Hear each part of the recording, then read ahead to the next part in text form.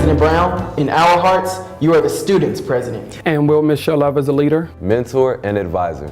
For myself, Aaron, Tyler, and Bryson, you are our Man of the Year. Have a happy and healthy retirement. Dr. Brown, I'd like to thank you for giving me the opportunity to reinvent myself in the higher education field. I really have enjoyed the opportunities that you have given to me in terms of learning higher ed and having an opportunity to work with you over the past 7 years. Those 7 years have been quite a journey and a lot of hard work, and I know you're happy to know that I work very hard because that's what you expected of us every day. One thing that I would like to leave with you is that as you take time to relax, make sure that you look into the past, because as you prepare for the future, you cannot really fully understand where you're going unless you've had time to reflect on the past and fully understand where you've been. I wish you well in your retirement and Godspeed. As director of the Center of Excellence Center for Cancer Research and Therapeutic Development, this is a bittersweet moment for me.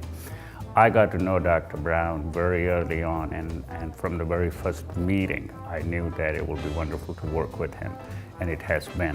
In the last 5-6 years, he has supported us, and he has really given us everything we needed. And it's actually because of him that the Cancer Center now is one of the largest prostate cancer centers in the country, and it only of its kind in any other HBCU. Dr. Brown has been there for every single thing we've done. We've done 10 annual symposiums, and every symposium he is open. He has been on every external advisory committee meeting. He has gotten to know everybody on that committee. He has gone with us to NIH, to other places. So what we have done in the last 5-6 years, we would not be able to do it without Dr. Brown. And I can say very sincerely that I'm going to miss working with him. And I wish him all the best in his retired life.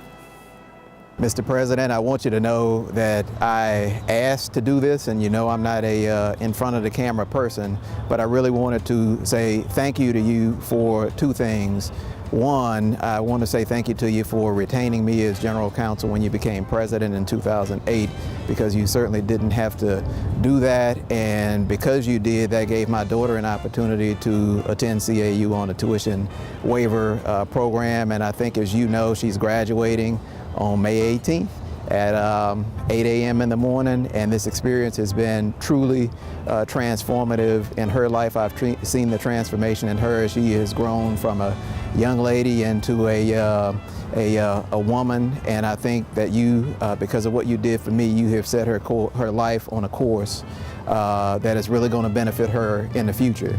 The second thing I wanted to thank you for is for your courage. I think that you're probably the most courageous man that I've known. Back in 2008, we took certain actions that took a lot of courage for the president to take, and I think here at the university we were focused on the value proposition, which is a big discussion in higher education today, but it wasn't so much discussed at that time. But I think you realize how expensive private higher education is, and you wanted to ensure that we gave the bang for the buck with our young folks, and so it took a lot of courage, and I appreciate you and I thank you for having the courage to do that. And the third thing I want to say to you is, wow, you are a truly amazing man. It was less than a year ago that you suffered just a tremendous injury, and personally I was thinking it was going to take you a couple of years before you recovered from that, but I know you wanted to be here to walk across that stage and to graduate this class of 2015, and you did something that a younger man, a much younger man, could not accomplish. And so again, I just wanted to say wow about that. You are a true inspiration to me. I'm sure you're a true inspiration to the other members of the cabinet and to our young folks. So thank you for that as well.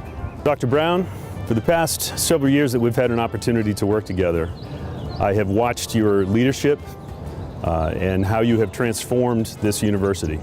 These past several years have been the most professionally rewarding time of my life, and it is because of you and because of the leadership and the mentoring and the collegiality that you promote. We are a better institution because of your leadership, and we are better people because of having worked with you. I hope that in this next part, in the next chapter of your life, that this will be a time of wonderful relaxation and time with family. Hope you'll get a chance to work on your golf game as well. Goodness knows your golf game needs it. Thanks, Dr. Brown. Godspeed. Mr. President, it is my distinct pleasure to have served as a member of your team here at Clark Atlanta University. On behalf of the School of Arts and Sciences and the Associate Dean for the School of Arts and Sciences, Dr. Laurent Monnier, we wish you much success in your future endeavors and in your retirement. You know, it is often stated that someone at some point must reflect on his or her journey. This is an opportunity, however, to reflect on your accomplishments and achievements. It's rare that the reflector actually has participants who now reflect. It takes a noble person, a noble man, our Mr. President, he with swag, who has moved us to the next point, away from obsolescence onto a trajectory for excellence and success. It has indeed been my pleasure. Best wishes, Mr. President. Good afternoon, Dr. Brown. This is Dr. Evans. I just want to take a moment to say thank you and congratulations.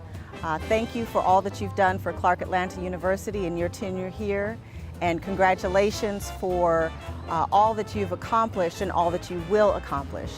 As is our way, I will read a quote from Du Bois from the first Philon in 1940. And he writes, "Looking over the world to say, today, we see as incentive to economic gain, as cause of war, and as infinite source of cultural inspiration, nothing so important as race and group contact. Here, if anywhere, the leadership of science is demanded not to obliterate all race and group distinctions, but to know and study them, to see and appreciate them and their true values, to emphasize the use and place of human differences as tool and method of progress, to make straight the path to a common world humanity through the development of cultural gifts to their highest possibilities." So again, congratulations and thank you for allowing us to know and study ourselves and to develop our cultural gifts to our highest possibility. Have a wonderful, wonderful retirement. I know that your work is not done.